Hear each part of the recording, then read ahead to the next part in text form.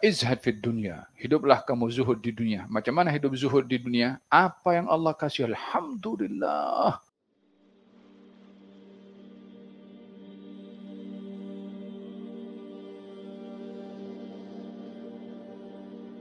Olehada dalam Al-Quranul Karim Allah Subhanahu wa taala berfirman mengingatkan kepada baginda Rasulullah, dan ingatan itu adalah untuk umat baginda Rasulullah. Wala tamuddanna ainaika, jangan sekali-kali kamu wahai Rasulullah memandangkan atau mengalihkan pandanganmu kepada orang-orang yang kami beri nikmat keduniaan. Jangan tengok harta orang. Jangan pandang kereta orang lebih baik daripada keretanya, sehingga kita melihat rezeki yang Allah bagi kepada kita seakan-akan tak cukup bagi kita dengan kita membandingkan orang lain punya.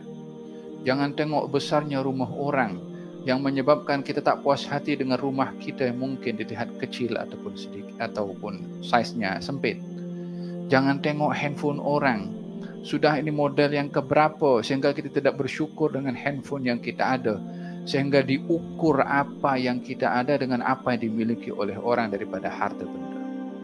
Jangan tengok Allah bagi kepada kita rezeki yang Allah beri itu terbaik bagi kita, yang kalau diberi seperti orang lain mungkin kita akan salah guna.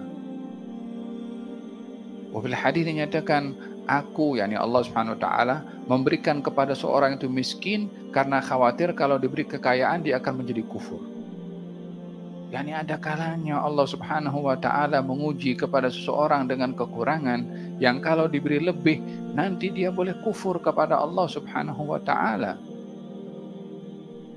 Idzan dalam hal ini izhad fid dunya. Hiduplah kamu zuhud di dunia. Macam mana hidup zuhud di dunia? Apa yang Allah kasih, alhamdulillah. Orang itu akan menjadi raja untuk dirinya sendiri, tanpa tunduk di hadapan sesiapapun juga kalau dia merasa cukup dengan apa yang dia ada.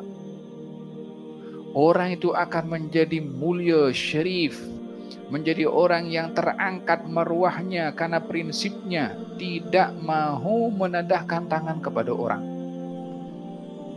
Tidak ada dalam hati ini kecenderungan ingin mendapatkan hadiah dan pemberian serta ihsan daripada orang. Sehingga dengan begitu kita akan tunduk kepada orang karena mengharapkan ihsannya. Kita pun layan orang karena mengharapkan ihsannya. Kita pun pura-pura bersandiwara pun akan karena mengharapkan ihsannya. Jadi hidup ini adalah kita menghinakan diri di hadapan orang. Kalau kita merasa kaya dengan Allah Subhanahu wa taala, kita tak akan tundukkan kepada orang. Kalaupun merendah diri karena tawadhu, kalaupun menjabar khatir, jaga perasaan orang, karena itu diperintahkan oleh syariat, bukan karena ingin mendapatkan ihsan daripada orang lain. Laisal ghina bi kathratil 'arad walakinnal ghina ghina'an nafs, kata Nabi. Bukanlah orang kaya itu orang yang banyak harta, tapi orang yang kaya adalah orang yang hatinya kaya. yakni tak memerlukan kepada sesiapapun, tak perlu ihsan orang, tak perlu pemberian orang, tak perlu orang nak bagi duit kepada dia, tak perlu orang bagi jawatan kepada dia. Ini dia raja sebenar. Dia milik dirinya sendiri.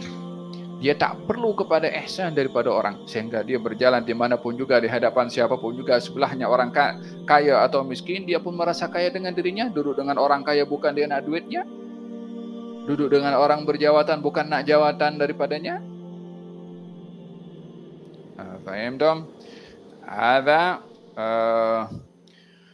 izhad fid dunya yuhibbukallah wa izhad fima 'indan nas yuhibbukan nas. Naam.